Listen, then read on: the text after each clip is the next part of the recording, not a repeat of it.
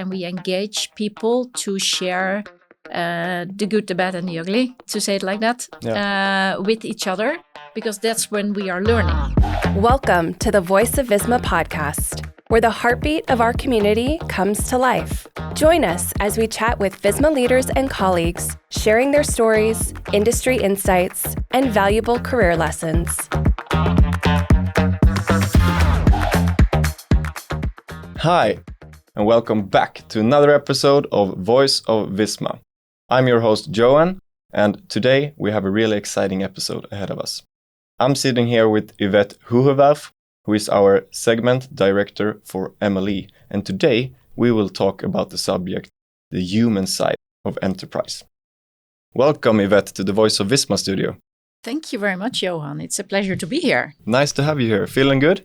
I'm feeling great. It's an honor to be in the Voice of Visma and tell the story of what the medium and large enterprise segment is doing for our customers. Yeah, nice to hear. Happy to be here. Yeah, I'm excited for this episode. Yeah. So should we kick off by you just telling a little bit about yourself? That's very good. For those that don't know me, I'm working in Norway, but my roots are Dutch. Moved to the Nordics for 20 years ago. And not only 20 years ago, but also before that, I've been working either in software or in IT. And what I've heard, you have quite a big experience in Visma, right? You have been on a lot of places, a lot of different roles, correct? That's correct. Yeah. That's, I think, the beauty of Visma as well, to have the opportunity to be in different roles. As many companies, I'm a result of an acquisition. Mm-hmm. In 2012, Øystein Moen came to the center of Oslo to a company called Mammut. Pilestredet 75C, to be in Norwegian. And he was there together with the formal owner and welcoming us to the Visma family. So I have been in the same seat as many of our colleagues or colleagues to be. Moving into the Skøyen office, I got the opportunity to work more internationally. Worked with a lot of companies, launching products in international companies. I've worked a lot with the best business model, pricing model for them.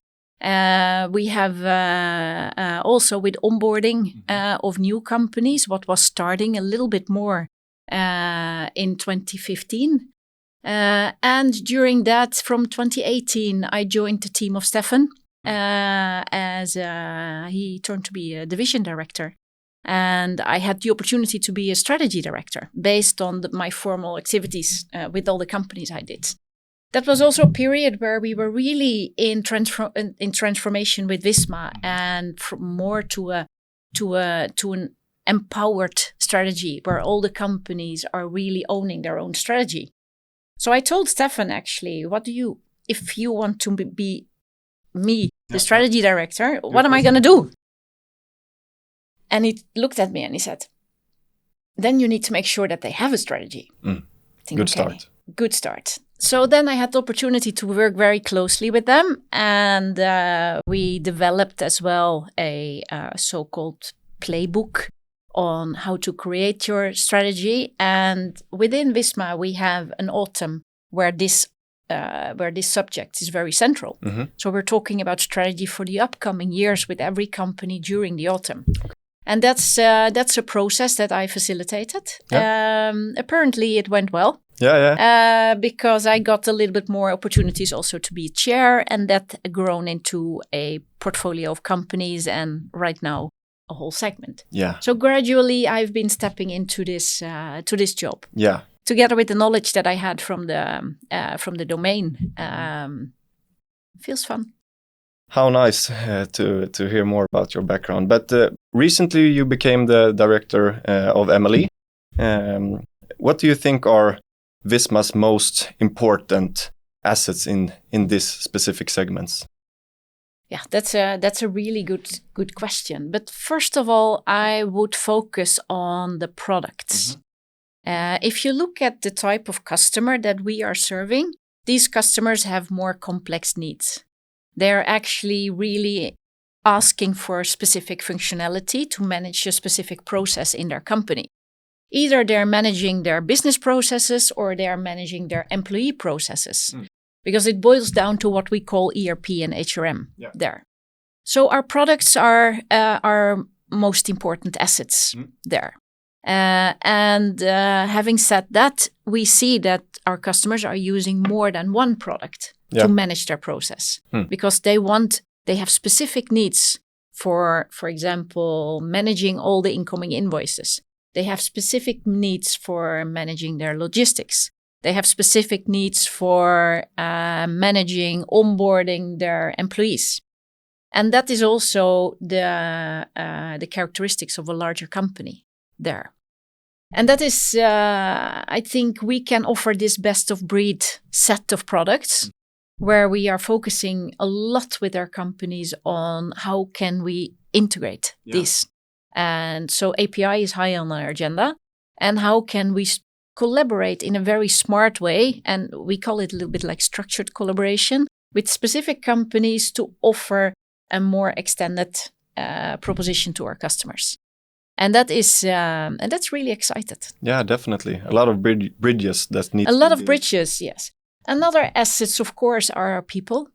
And I would highlight one thing of my colleagues is the knowledge. If you look at the knowledge that our people have for offering, for implementing, for supporting these solutions at our customers, that is deep domain knowledge of logistics, deep domain knowledge of financial management. And that is an amazing value that we have within Visma. In specific companies, we have this knowledge. And also, we have structured our medium and large enterprise segment in 3 groups, so that companies working with similar processes are gathered also together to share this both knowledge and to create an even better product there. That's amazing. Yeah, to help each other and gain benefit from each other. To help each other, yes. Yeah. The third asset, because I was thinking about that, is around 50% of our products in this segment are sold and implemented and supported through a partner network. Okay. In several countries, both in Norway, in Sweden, Denmark, the Netherlands, there. And that is something we see that as additional, let's say, feet in the street, additional, very close to Visma that are helping us to implement the software. We are software developers, but if you look at a customer with a complex process, you need to know how they're doing it. Definitely. And you need to know how you need to implement it, how you need to configure it. And usually this is not software that you can, let's say, click and go. No. You need somebody to help you and ask the right questions to make sure that you're using it in the same way and get satisfied. Definitely. That's why we are using with a large partner network. We have done that before already for a long time. But now, while we're growing, we have even more opportunities to offer to this partner channel to, let's say, distribute in that way as well. And that is something that I see as a strong asset as well. Definitely. Yeah, how cool. And I can imagine there is so many different types of jobs and works, and you need to be, you have to have a knowledge in every segments. It's super hard. So that the partner network is super important. Yeah. And they are like consultants. So for example, a logistic customer, if you have we have one of the largest customers of Visma.net, which is our ERP system, one of our cloud ERP systems in the Nordics, is a huge animal web shop with a huge amount of transactions. I didn't know that we are buying so much for our pets, but it is a big business there. And that is something where a partner is highly involved to implement both the integration to the web shop, to handle all the orders, to also manage all the suppliers that are filling up these stores, these digital stores. So this is a huge process. And do you think this will retain as technology works fast? It's going fast right now, and AI and all of this type. Do you think the human interaction will still be a really important asset here, or do you think that will change as we dive deeper into AI? Very, very good question. I've been thinking about that as well, because AI is there, and it is there to stay. But I also see it, and I know when we had our talk first, you see that we as human are adopting AI even more, are getting more digitally, but the AI is also getting more human there. So we are meeting each other there. And in our play field, there are a few areas where I see huge possibilities there. The first one is the added value within the product there. If we can build added value for our customers to, for example, predict what you should have on stock, then that could save a lot of money. Because the money in logistic companies usually is stuck in his in his warehouse. So that is something that AI can help us with based on what we have sold, how long it takes to order something, what maybe other things will be taken into consideration, elements, to make a prediction of what kind of goods you need. Yeah, to be as effective as you can. Exactly. So those kind of values, but what is interesting as well is that traditionally in ERP, we're talking about the user. The user is punching in things and is really into the system. And I think with AI, we will see possibilities to use our systems in a totally different way. In terms of an assistant, maybe we're going to talk to the system. Like, can you give me our forecast for the next quarter? Yeah. Instead of that, we are trying to create a report and punching it in and click the different buttons there. Yeah. So the customer behavior will change there, but the value is even there, is even higher for the customer. So it will be really interesting. And that's also what we see that our business models are changing accordingly there. Yeah. Because that is something, it is more about the value that we are delivering instead of that, how many users do you have? Exactly. And that's a very interesting discussion with a lot of our companies there. Where you see right now the biggest, I wouldn't say low-hanging fruit, but is the on support. Okay. The chatbots and to help our customer success agents to ask, to answer questions there. We have several companies live with customer-facing chatbots answering actually quite difficult questions. For example, about payroll and holiday laws, etc., which is kind of tricky. And they have good answer response rates. Yeah, it's so amazing. Yeah. So that is really amazing to see. An example from one of our companies here in Norway, Visma Software AS, they have implemented their chatbot since February, and on the payroll product, which is a kind of you need to be an expert to answer some payroll questions. Yeah. But with the chatbot, they can answer already 49% of their chats. Wow. Which is really, really amazing. And then you can also, the workforce is changing then from they can really use time on the customers with some more difficult questions there. And maybe work even more proactive with the customers. Yeah. And that is an interesting one because you see that the profile of our colleagues in especially these kind of departments is changing and will change. Yeah. It will have a more technical approach.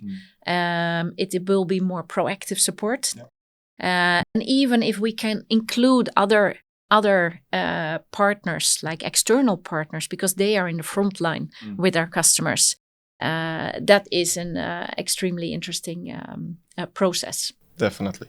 And then we have the development department, where we, of course, see loads of initiatives with regards to, for example, Copilot, there to make coding and make their work more efficient. There, in the space with the products that we have, especially in ERP, software, there will always be bugs or comments from customer that it's not working the way they would like it to work there. But it's not always easy to find out to solve that. No. And that is, I think, for example, a really interesting one to make sure that we are reducing the amount of bugs there and getting more efficient, because that's something like stuck. What is it that is making this strange? The problem. Yeah. And there, I think a Copilot and a ChatGPT could be really helpful for our developers. So they will be more efficient. And I do believe the quality of the product will increase. Yeah, definitely.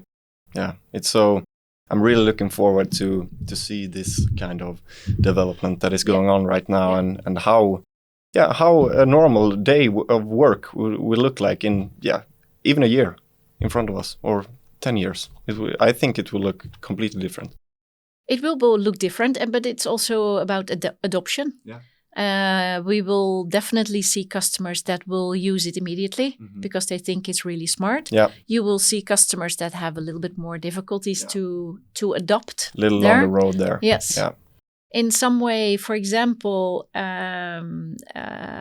accountants have traditionally a responsibility to see if the accounting is done right. Yeah. And if we're doing that for them, they still want to check what we have done. And if that is not visible because it's automated, then you have a group that still wants to know how it's done. Exactly. You need to satisfy everybody. You need to satisfy everybody. So that is, you have an audience that is very forward-leaning and very adoptive. And we have definitely also audiences that we will use more time on, but where we can have other elements of AI. And you were touching upon it a bit, but do you think that our customers will have another expectation from us as a software developer when AI is getting bigger and better and Yes, I do so. Because it is the speed to market, the speed to solve things, but also the value that you can offer to a customer. If we are adding features like an AI assistant or a prediction for your warehouse, or looking at strange different deviations in your general ledger. It is difficult sometimes to say, okay, then the software needs to be so much more expensive there. So that is really what we are looking for, because it's added value. It makes life easier for our customers. It makes their business better, and that is something that we need to work on. But we have some good thoughts there. We have some thoughts and plans ahead. Yeah, definitely. But yes, they will expect it. Yeah. We are software developers and we call ourselves champions of business. Yeah, exactly. So a champion should be forward-leaning and be a part of the latest technology. Yeah, definitely. Yeah. And when you say it like that, as you mentioned, we want to be the champions of business software. But what does that mean to you? Yeah, I looked at the word champions, and we say champions like in more companies. And for me, champions is usually as well related to teamwork. Yeah, there, and it's more fun to win as a team. Yeah, I agree. There, and I think that is one of the most important things as well in Visma, to share experiences. We ask and we motivate and we engage people to share the good, the bad, and the ugly, to say it like that, with each other, because that's when we are learning. Especially in these groups where we have similar type of companies, but in different countries, and maybe in a different stage of their company, of their maturity, they can learn tremendously from each other. And that is also, if you create a culture that sharing is okay, then people will share. Yeah, definitely. And that is, then we can get better. and then we can be champions. Yeah. Maybe it's a little bit Nordic. Perhaps. At least I was talking to a company today from more southern or European country, and they said that transparency and sharing is typically something Nordics. Oh, so that's news for me. Yeah. Well, that was also a nice example. Is not from software, but as a champion, I was watching a documentary on television. Okay. Around Axel Lund Svindal. What is that? He's an alpine skier. Oh, it's a Olympic. he. Yeah. It's a he. And he has won a lot of medals, Olympic medals, world champion medals, etc. And they had his biggest competitor was one of his teammates and best friends. But they had a golden rule that if the one that was doing the race the first was immediately on the phone with the one that is standing on top to give feedback how the slope is and how the snow is, and to give him the best information and the best possible possibility advice, for advice to run his race. Oh, cool. The danger, of course, is that with that information he can win. He will be better. That didn't happen that time, but it is. They practiced it constantly, and they made them that both of them were champions. Yeah. And this is a little bit related to what we are doing. We are sharing the good things, and we are sharing our failures together. Yeah. So that is champions of business software. The other thing I believe is that I have the humble honor to lead a segment where I believe can say that that's where it all started. Wow, that's cool. That's impressive. Isn't it? Yeah, definitely. Yeah, I think so. Yeah. We are doing ERP already for 25, 30 years. We know how to build software for 25, 30 years. We have customers that are using our software already for a long time. Yeah. We know how to invoice from a system. Yeah. And we were a leading software. We had a leading software position in the past. We're having it right now. Yeah. And I do believe we have all the possibilities and cards to be that in the future as well. That's so nice to hear. Yeah, maybe a little bit like, I think we know what we're talking about. Yeah, I can agree on that. Yeah. Feels pretty comfortable to be working in this in Visma with this history and this knowledge that we have. Yeah, feels safe for the future, I believe. Definitely. It does. Yeah. Well, I think I've learned a lot from this speech with you, Yvette. It was super nice to have you on board here at Voice of Visma. Thank you so much for being here. And thanks all of you who have listened to this chat we had with Yvette today. I hope you really enjoyed it. We will soon be back again with another episode. If you like this episode, please subscribe to our channel. Then we will be super happy. Until then, have it all the best. Take care. Thank you, Yvette. Thank you, Johan. It was great to be here.